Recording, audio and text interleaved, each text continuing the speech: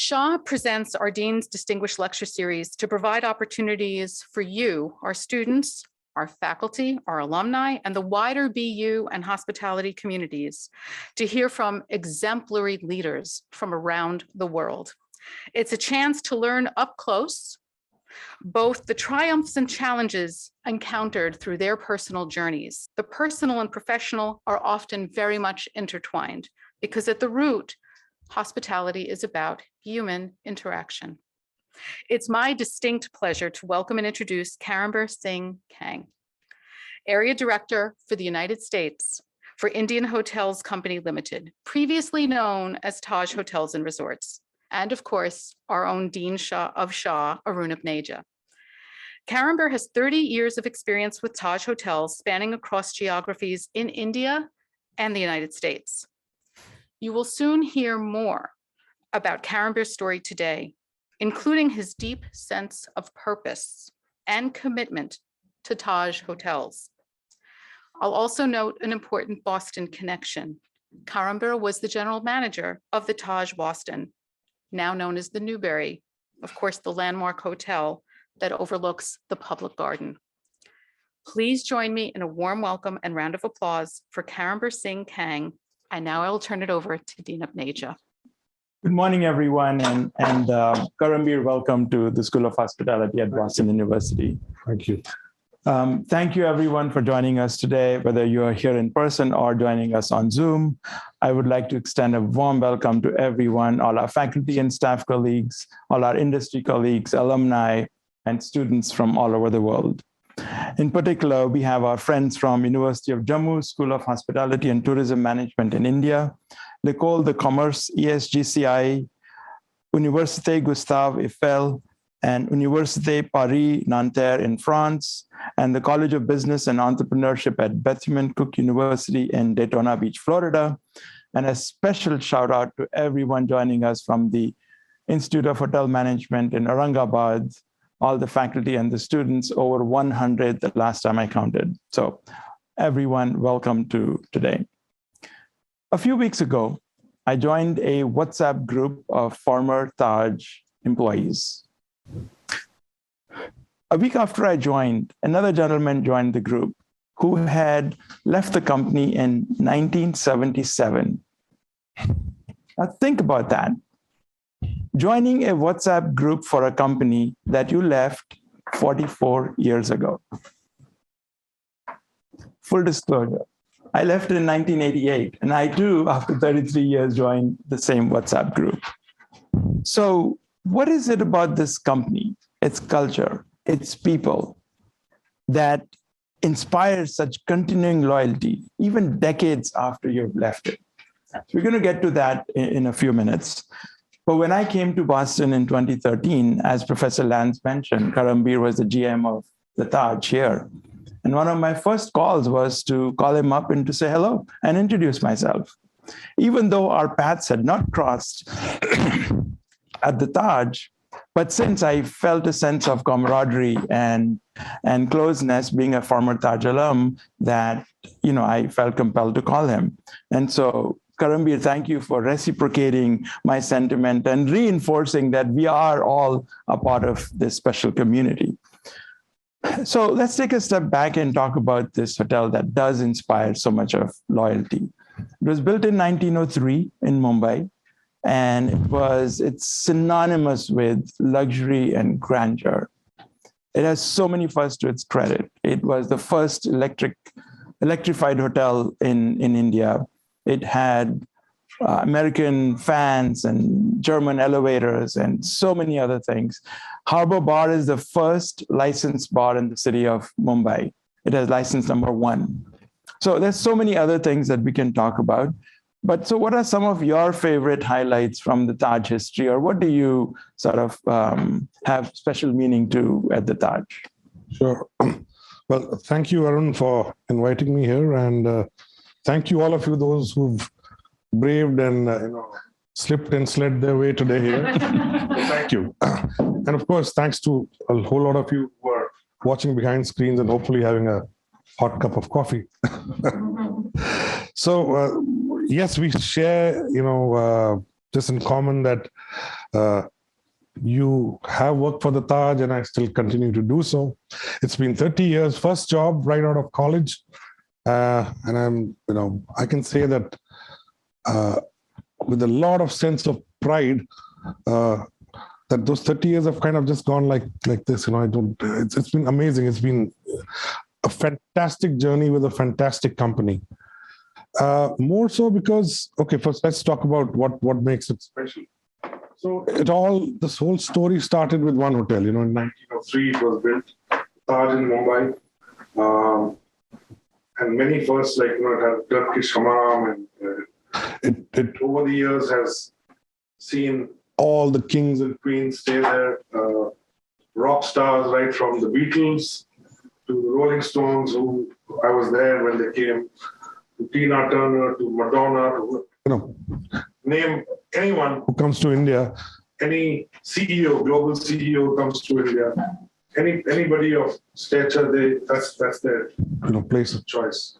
So it stands for the city of Mumbai.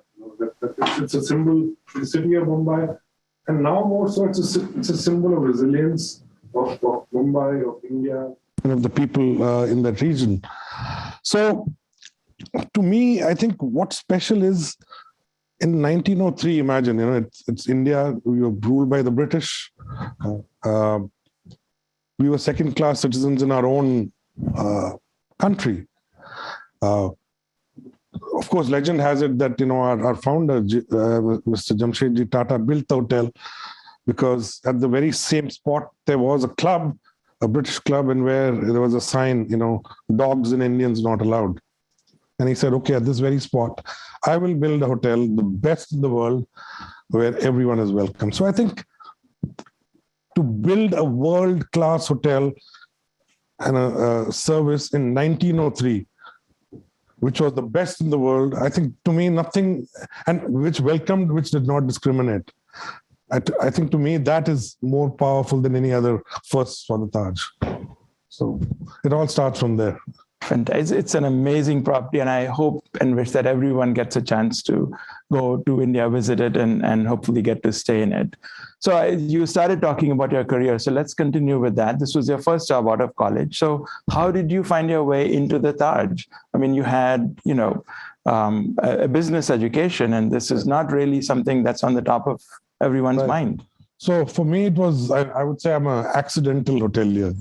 I did my undergrad in economics, and then some of my friends said we are sitting for an MBA class for you, and I said okay, let me also sit for the exam. I got into one of the best business schools there, and I did marketing as my specialization.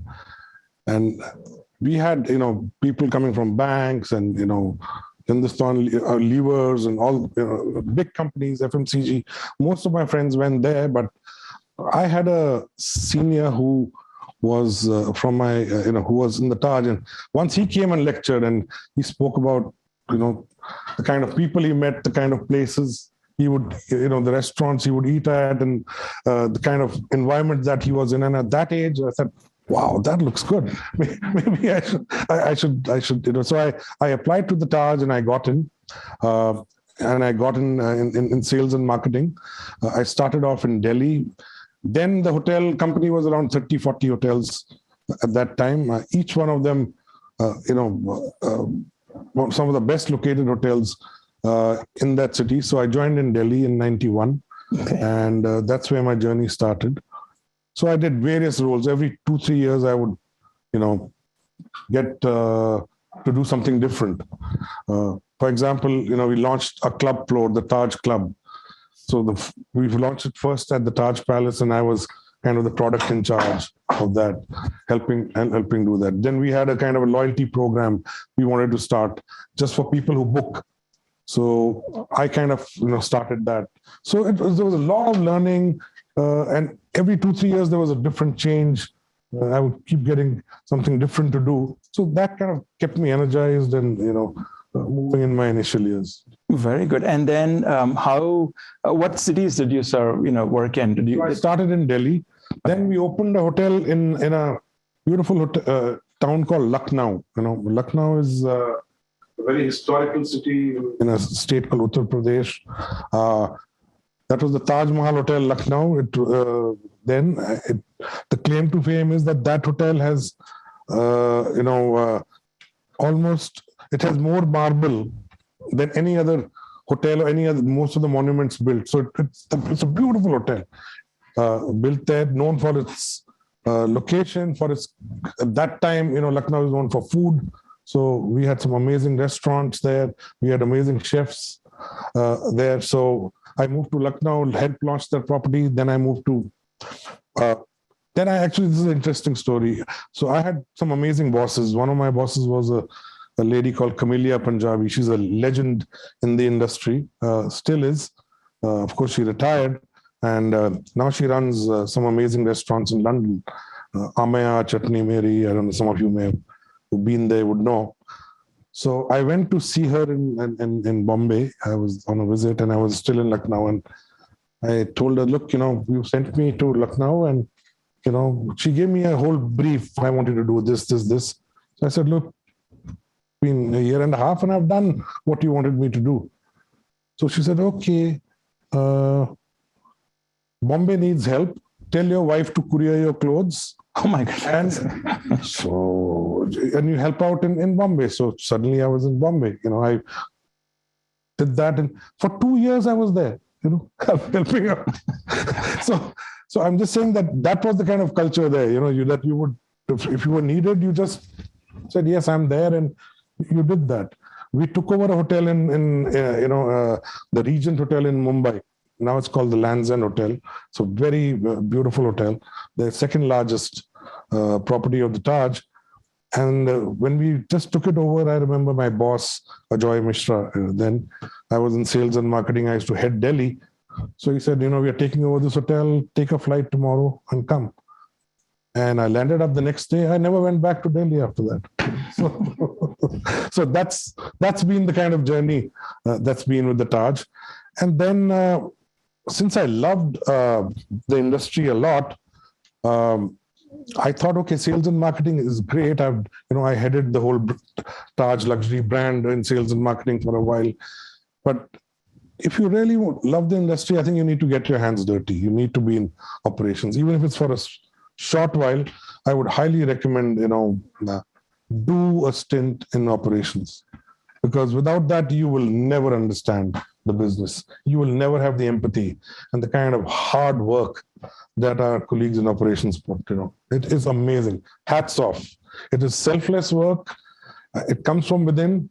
But if you want to be true hoteliers, do a stint in operations, even if it's 1 year, 2 years, 3 years, but do that. So that prompted me to get into operations. And then, I've been GM of Land's End, of our flagship property in Mumbai, the Taj Mahal Hotel, and then here in Taj Boston. And now I also did oversee all the 3 properties we had in the US. Then we sold our property in Boston. So now I'm based at the Pier in New York, overseeing our operations there. That's an amazing journey, Karambir. I just want to ask one follow-up question. So when that senior came and talked about the Taj and the hotel industry, right? Before that, you had no family in hotels or at the Taj or anyone in the hospitality sector. Nothing. No. In fact, I didn't know 5-star hotels much. My father was in the army, and I remember we came as a little kid. I think I was 10 or 11. We came for a trip to Mumbai, and with my parents, and we could not even afford to step. We came out of the Taj and just looked at the hotel, and we could not even dare step in because it was so overwhelming. And so that's no. I mean, I had no other connection to hotels. I think that I can absolutely understand. First time I entered the Taj was for an interview or any 5-star hotel. Especially for that time and age, in the late 80s, early 90s. So there is this, I talked about this, this feeling of camaraderie, and even decades after you leave. Now that sense permeates within the entire Taj organization, and Taj is part of the Tata Group. Yes. So what does the Taj and the Tata Group do to inspire so much loyalty and so much sense of camaraderie? So I think that's a $1 million question. It's been asked many times. There have been various case studies also about the culture of the Tatas and the culture of the Taj. What makes it unique?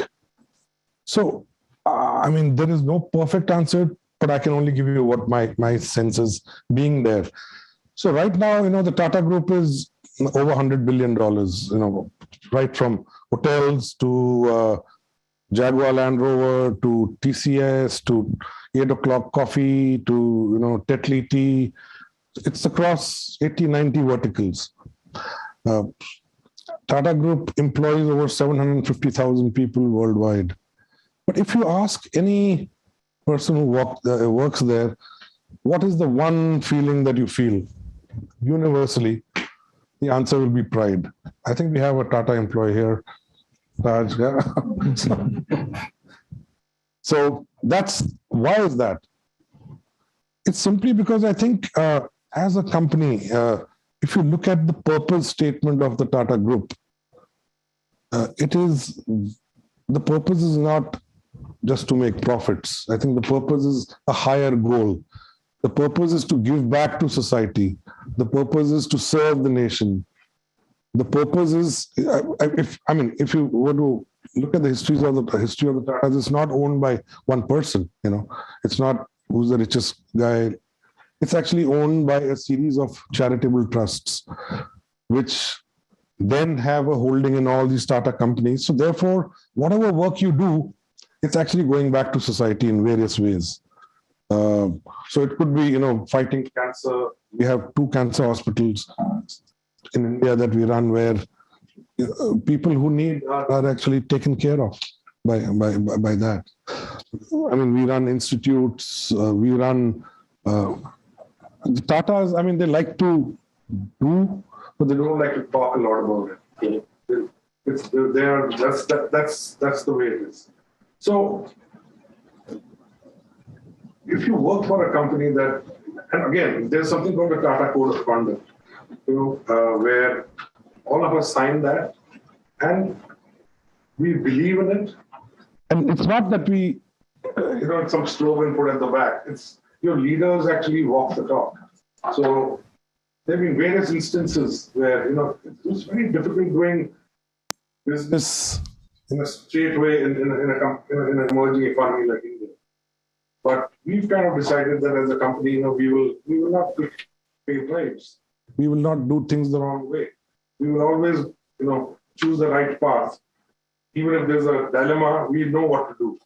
We will always do the right thing, come what may the consequences. And the group has owned those consequences.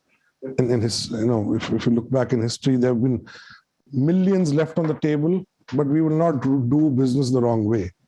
So if you have a company that believes and that does business with such true purpose, I think that itself is a sense of great pride. Again, cut to the Taj, especially. When we used to welcome anyone in the company, we used to actually say, welcome to the Taj.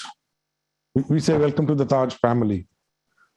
And when, we don't use the word loosely. A lot of companies say, we are like family. But, when the crunch time comes, then who's there, who's not. And again, for all of us, when times are tough, we turn to our family. And time and again, within the Taj, whenever we've been through lots of ups and downs as a company, but I think we've all stuck together, and there are some examples which we can talk about later about how our Taj and the Tatas have gone above and beyond in terms of responding to any adverse situation, which actually speaks louder than anything. So, if you feel that you're a part of a family, then that's what could generate more loyalty than that? a feeling of love and affection. Very well said. Very well said. It's a point of pride for all of us who have served. So you talked about the sense of family. In the US, at least, nepotism is where you are trying to get your family members and hire them and bring them into the fold. Is considered with a negative viewpoint. But how is it looked at the Taj if you're thinking family? There's two examples. When I started working in 1982, my first point of training was the soup section of the main kitchen. And the chef there has been the chef for many years. And before that, his father-in-law was the head chef of that soup section. And before that, his father. So 80 years of the history of the Taj, I think 50 years was this family, and perhaps even before that.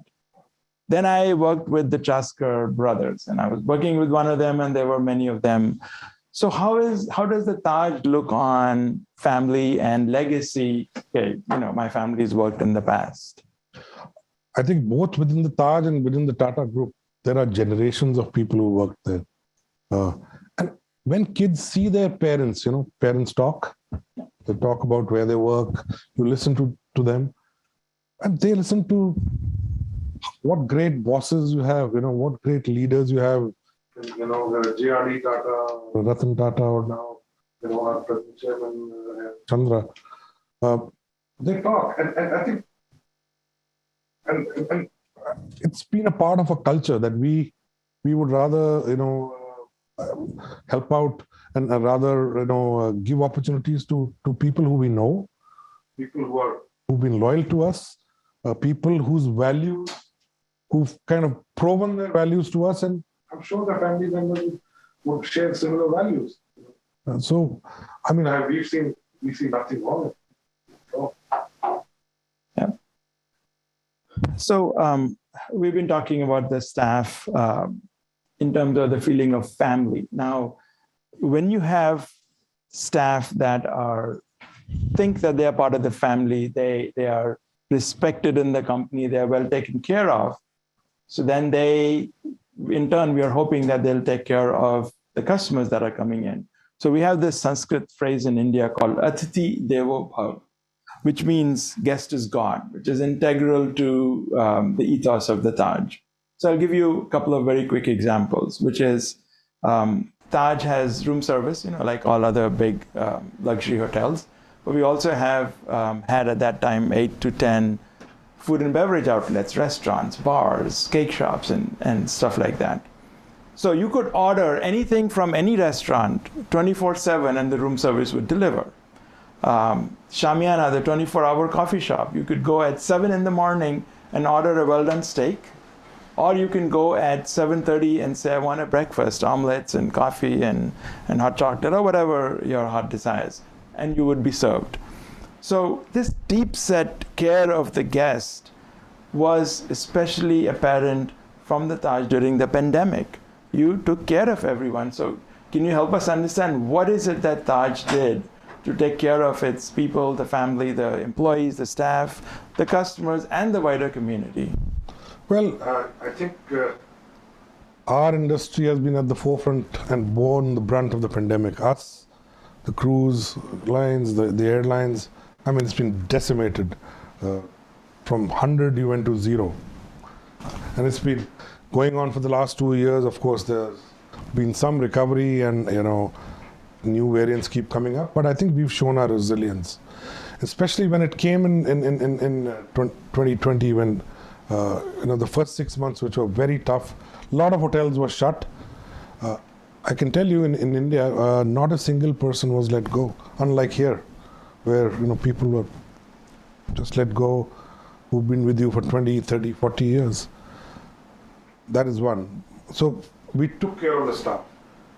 Number two, our hotels are very centrally located.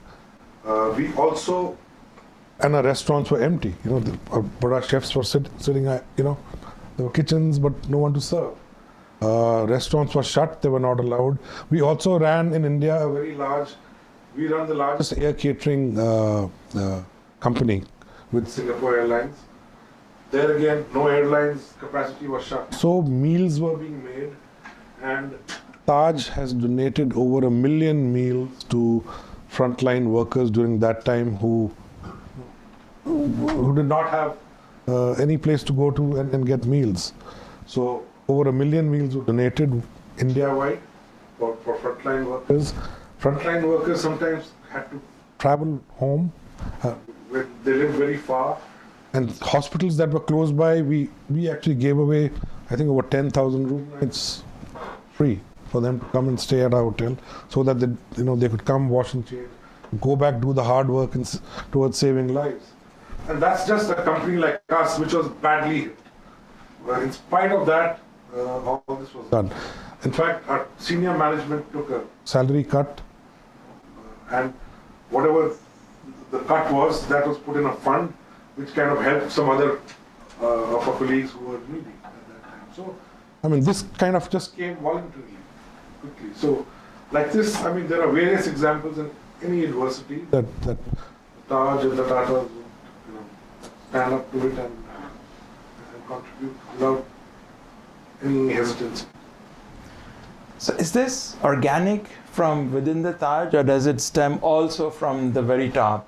I think it comes right from the top. It's the Tata Group, and then also hence the Taj. And so it's a part of the DNA. It's a part of the DNA of who we are, and I think we are very, very proud about it. So I know once when we were discussing, you were telling me the story when you went to meet the head of the Tatas at that time. Yes. So here again, I'm talking about culture building, and so of course we all know. I mean, right now our chairman emeritus, his name is Mr. Ratan Tata, and he kind of built the Tatas the way it is today, wherein we grew internationally at a very rapid pace in the last 20 years with huge acquisitions of Chorus Steel, Jaguar Land Rover, Tata Tea, Tetley Tea, 8 o'clock coffee, and all that. And he himself is actually a very, very humble man. So I can just give you two examples. I actually, and I'll not name the other person, but I had an appointment with a very large owner of a very large industrial conglomerate in Mumbai, and I went and sat in his office. It was 3 p.m. It's 4 p.m. I'm waiting, 5 p.m., 6. So 7 p.m. he calls me in, and then just matter of fact, 15, 20 minutes, and I'm out. And I'm just thinking, okay, I waited here for 7, 8 p.m., but I would say, common courtesy says, you say, sorry, I made you wait for so many hours. Yeah. So cut to that. When I became the GM of the Taj in Mumbai, it was customary to go and call on Mr. Ratan Tata in his office to introduce himself, because he would come there very often. And I remember it was 10 a.m. I was there, of course, 15 minutes early, sitting there, very nervous, and it became 10:05, and I suddenly see him walking out and says, "Oh, I'm so sorry, I made you wait for 5 minutes, but come." So he took me in to his office. We had a chat for half an hour. And then I'm walking out, and he has a corner office on the 4th floor. He's a chairman of a 100 billion conglomerate. And I'm getting into the elevator. He walks in after me. I said, "Sir, I know the way." No, he says, "No, I actually see people who ever come to my office for the first time. I see them out through the door." So we went down to Bombay House. My car comes, I sit in, and I just said, "Wow, this is."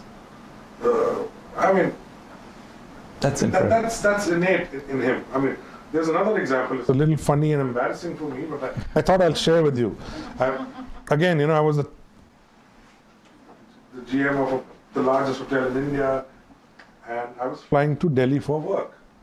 And we have, Delhi, the Indian airports are busy, long lines. So all our hotels, we have something called airport representatives. They are there. They have a pass. You can go in and out, and they can help facilitate things for you. So long line, to check in, and the airport rep comes, takes my bag, and suddenly I see in the middle of the line and he says, "Look, give me your ticket, I'll get you checked in before this line. I said, yeah, do it. So he goes, because they know everyone there. That's where they work. And in the middle of the line, I see Mr. Tata holding a bag, and I called him, you fool. Can't you see? Catch his bag and take him there. So he goes to Mr. Tata and says, sir, he says, no, I'm standing in the line and wait for my, no. I didn't know where to hide my face. But I learned a lesson, you know. I mean, so that is these are leaders who walk their talk. I mean, he has a private jet too. Right. He could have, but I'm just saying, so that's the culture, and that's what you see. You know, so this is just these are just little anecdotal, but these are some of my personal examples that I like to talk about. And there's much more, you know. So I'm saying all this kind of percolates into everything that we do, you know. And I mean, all of us, I mean, are leaders in our own little sphere. So I guess we try and live the same values. That's an amazing story, and I think you're fortunate that it could have been more embarrassing that you were sitting in the business class and he was in the economy. Thank God it didn't get there, yeah. Thankfully, he was on a different flight, probably. So this is right at the very top, the CEO of the conglomerate, $100 billion empire, just, you know, 500,000 people. Let's go down right to the very bottom, and there is a server. I remember you were telling me that story about the server, the Uniqlo, where he went and bought shirts for the employees. Sorry, I'm. So he was telling me about the story that, you know, but some customers got drenched, and this server went and bought some shirts for. I mean, but that's a part of. You know, in the Taj, what we've done is we have a culture of storytelling.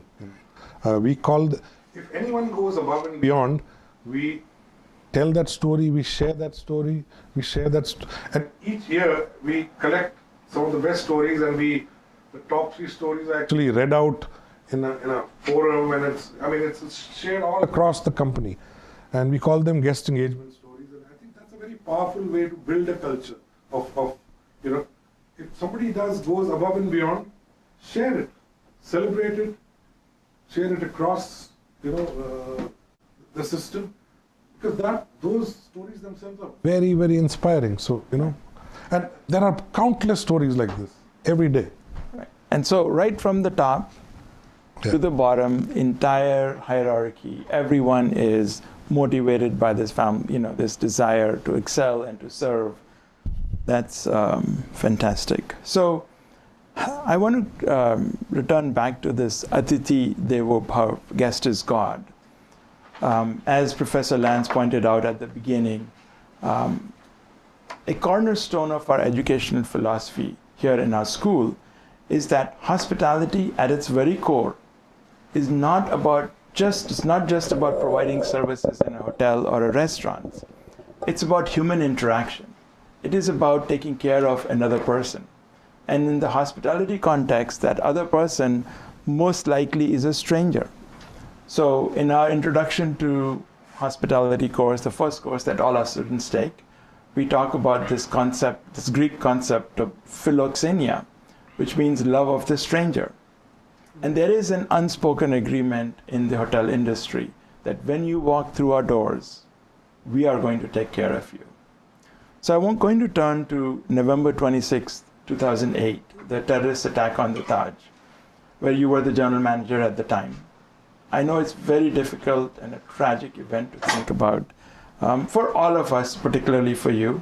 But the reason I want to talk about it is because it exemplifies an unparalleled level of service, purpose, duty, and humanity that was shown by the Taj staff during those attacks.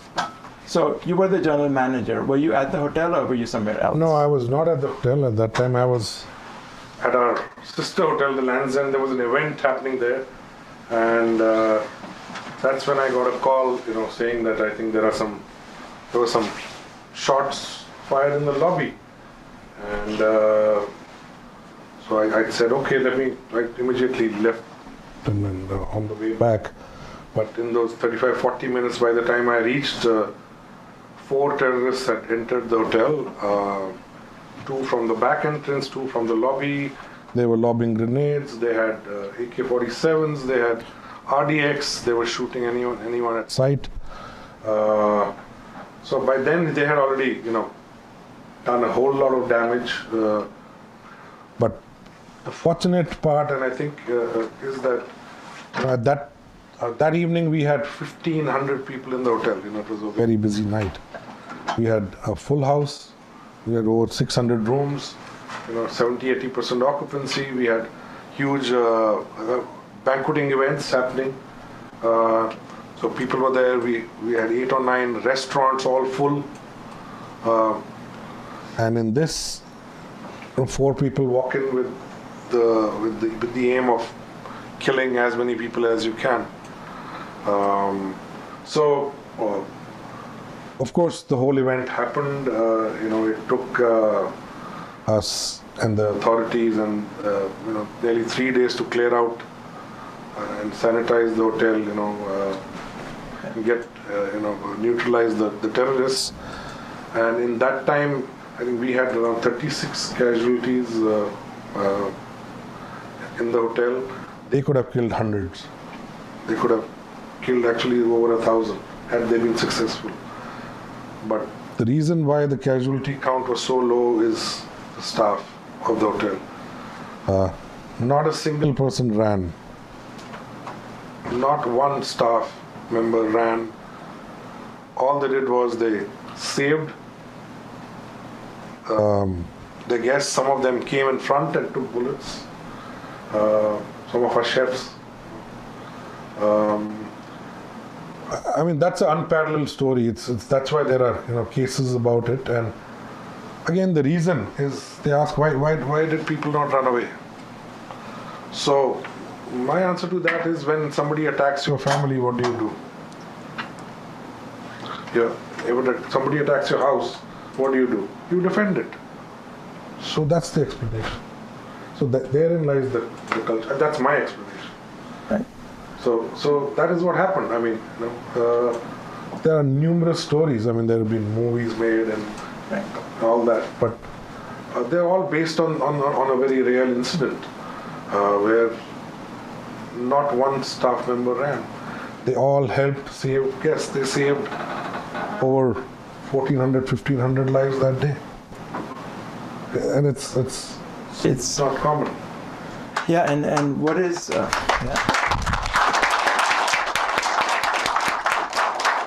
Most of the staff knew the back alleyways and the labyrinth of the hotel, and they, like you said, they could have easily just thinned out and ran, but no one ran. At that time, you were living in the hotel, right? Yes. So I was actually supposed to move out soon to a house that was being redone, but I was there with my family, and unfortunately, I don't know. Most of you would know, but I suffered a very deep personal loss of my family, my wife and 2 kids. They could not make it through because of the attack. But even post that, we kind of, we went on doing what we had to do. We had to save so many other lives. So whatever we could do as a team, we did that. Karambir, this is obviously extremely tragic, and my heart and everyone's heart is with you at this time. But how did you find the courage to stay on and continue on that day? I don't know that, but I do remember I spoke to my parents actually. They were in Bahrain with my sister. My father is an army officer. He's a general in the army. And often, as a kid, I would sit in his lap and listen to war stories, because he fought all the 3 wars that India had, fought with China and 2 with Pakistan. So he kind of told me, look, you are the captain of the ship. So you should be the last one to leave. And when I told my mom also, that unfortunately, I couldn't save Right. the family. Then she said, then save others. So I think that gave me It's a lot of strength. And I wasn't alone. I mean, it's not me. There are so many, everyone else, all my staff, everyone. I think they were, in a way, fearless. They just thought, okay, we will do the best that we can, but we are not going to run. And I think that's what happened. it's an incredibly tragic yet very inspiring at the same time, Karambir. Thank you for sharing with all Sure. of us. So I want to turn a little bit, we've been talking about the staff, the top senior level and all the way down to the management level, but I want to turn a little bit towards the customers who come. Do they have that sense of loyalty towards the Taj or not? So here, let me just give you just a quick example. I'm at the Shamiana, the coffee shop, and New Year's Eve night, I'm at the front, and a team of, some group of customers come in, and they ask the hostess and say, we like a table. This is at, let's say, 8 or 9 p.m. And this is a real story. I still remember it very clearly. We want a table for 4. And the hostess looks at them, smiles, and says, it'll be about 8 to 9 hours. Should I put your name down?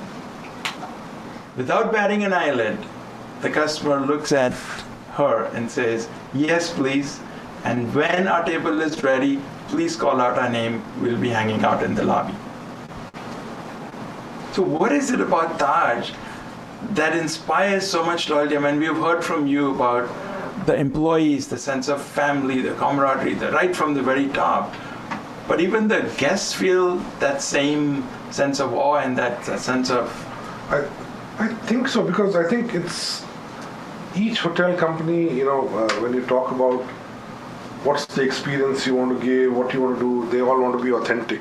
That's a word that is very loosely and generously used. But I think what the Taj culture and what our bosses or what we've seen is true authenticity when dealing with the customer. We used to be told, that even in sales and marketing, that you should be representing the customer to the hotel rather than the other way around. Even in a negotiation, and I used to think that's counterintuitive, but that way I thought we gave the best value to the customer the way he wanted, because we were able to build that empathy, that bond with the customer, which it was not transactional. Okay, here, thank you, gone. No, we believe in relationships in our company, and I think that is the reason why we've nurtured those relationships. And when times are tough, it's these relationships that help you through your tough times and through your good times as well with our customers. So I think we have those genuine bonds with our So I think that's something that's there. Right. Do the customers ever kind of come up with a sense of entitlement that Taj belongs to them, and they give you any grief? Absolutely. I mean, you could, in the Taj in Mumbai, when you would do, or in some of our various hotels all across, if you do any change, you renovate and you renovate, people will write you letters, and we did this, our grandparents got married here, how dare you change, put this thing there. I mean, people were very, very, this belongs to us. How dare you mess around with the concept? So, I mean, those examples are, a lot all across. And that's because they care. They feel that connect, So. I can just imagine, since you were were you the youngest GM of the Taj Mumbai? At that time, yes. Yes. but now, it's a different time and age, and I think it's people like you who are the future of the industry, and we're so happy to see so many of you here. I think I sincerely believe there are some, bright CEOs sitting here of companies. I totally believe that, Oh, I and know. I'm sure that we're going to see that in the future. Yeah. But I can just imagine many customers telling you, I've been coming here before you were born, so you think you're the GM. Oh, yes. Karambir, it's not even going to come as a shock based on what we've been talking about, but in the same WhatsApp group that I mentioned earlier, when I joined, my old manager at that time, not calling her old, Lala, sorry, but she told me that, Arun, just before you joined, we were talking about some of the regular customers who used to come to the Sea Lounge in the 1980s. Wow. So that was a discussion that was going on, and so you talked about, this this fact that customers complain if you make any changes. There was this story, at least when I was there, in the ballroom, and hopefully you didn't make any changes, but if you got married in the ballroom, your firstborn was a male child. Is that true? We still believe that. it's an urban legend which we hope will perpetuate. but yes. So I want to go back a little bit in time to 1903 when the hotel is being built. Another of the urban legends that I've heard, there is the Taj is overlooking the ocean, but when they built it, the front facade of the Taj was built towards the city. And apparently the French architect who was so unhappy at the Indian builders that he committed suicide. Is that true? That's again an urban legend actually, but it's a myth that perpetuates. But then that's what makes a hotel unique, and that's what make great hotels great. There are stories and legends about it, and sometimes you should just let them be. Okay. I think I'm going to let everyone look at the plan for the hotel, and see why it was built. I wonder if you want to disclose anything. No, actually, it was built the right way. I mean, because the shape that is built right now, it maximizes all the sea views, and where the pool side right now is, where they say, that's where when it was built, there were hardly any cars. The horses and carriages would come. So that was actually the horse carriageway. So they were parked in the Wellington Mews, and then they would come back here. That is right. Okay. That was a good story. I kind of like that. So at this point, I want to turn to, we've all been listening to you, and is there anything you want to tell the students, any advice, any suggestions you have based on your experiences and your years in the industry? Oh, sure. I mean, I think one, I would say, as I already mentioned, I think you should, as hoteliers, to get your hands dirty, which means work in operations. No matter, even if it's for a year, 2 years, do that. Then you will really understand what the industry is all about, I think. Number two, I would say also that understand the business model, you will play a small part in it, but know the bigger picture. Always ask questions, know the bigger picture, Why are we doing the things we are? How do we make our money? Why do we do things? And then what's your role in it? So then, that way, I think you will be able to come up with far better solutions for your managers, and I think you'll have a better understanding of the industry. So understand whichever company that you work for, what's their business model? Why are they the way they are? Why do they do things a certain way? And I think all of you as young, bright students, if you understand that, I think that's the key. Because then when there's a problem, you'll know where your boss is coming from, and what he expects from you. And I think that's something important. Thirdly, again, when we talk about culture, while it comes from the top, but each one of you also perpetuate it. All of you have a sphere of influence around you, no matter how limited it is. But you be authentic to yourself, and you do the right. You do what you think is the right thing. And that is how the culture will perpetuate and build. So you can change it. And you are an integral part of it. So I think that's also important. And again, work for companies that are congruent with your values. There'll be a lot of companies that will come up who are fly by night and who will want to, cut corners or not do things the right way. But I'm just saying, work for companies where when you go home, you can sleep at night peacefully, that you don't have to compromise your values. I just there's one example I did forget to give, because post, the terror attack at Taj, the way our company had, how did they respond? And I just want to give you just 2 minutes, absolutely. if I may. Please. 25% of the hotel was operating, 75% burnt. You set it on fire, it was shut. Not one person was let go. Most other companies here would say, okay, let go of people. Number 2, we lost a lot of staff. So their families, our CEO and our chairman, Mr. Tata, their last drawn income would be given to their wives or survivors for life. Their kids' education would be taken care of, and we would actually employ them back in the Taj or the Tatas. Their medical would be taken care of. Then there were 170, 80 people who actually lost their lives in those attacks, and many wounded. We actually formed a fund, a Taj Public Welfare Fund, from which we actually are giving back stipends to all those families, even now, so that they can, make their ends meet. So there were people who were, wounded in our sister, in a different hotel. Right. They were lying in the hospital and no one was taking care of them. And our chairman said, they should get all the these treatments. I will pay for it.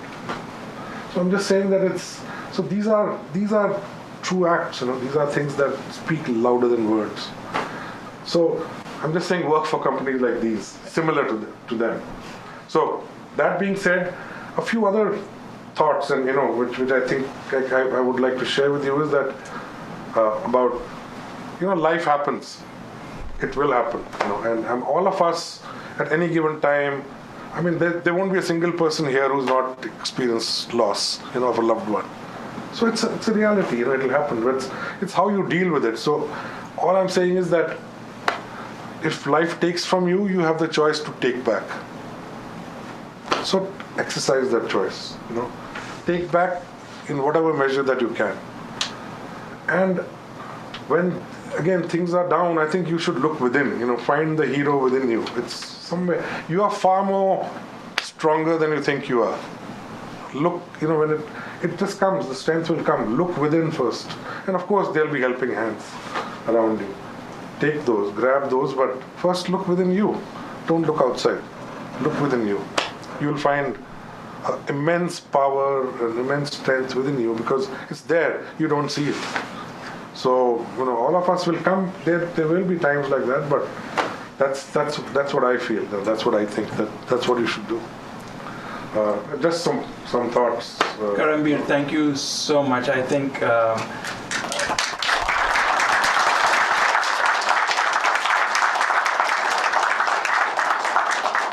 your life, the way you handled yourself is absolutely a role model for all of us and an inspiration. And I think not just what you advise, but also we all take lessons from what you've gone through and how you've handled and how you have behaved. So thank you so much for coming today and inspiring all of us with your story and sharing those painful memories as well. We truly appreciate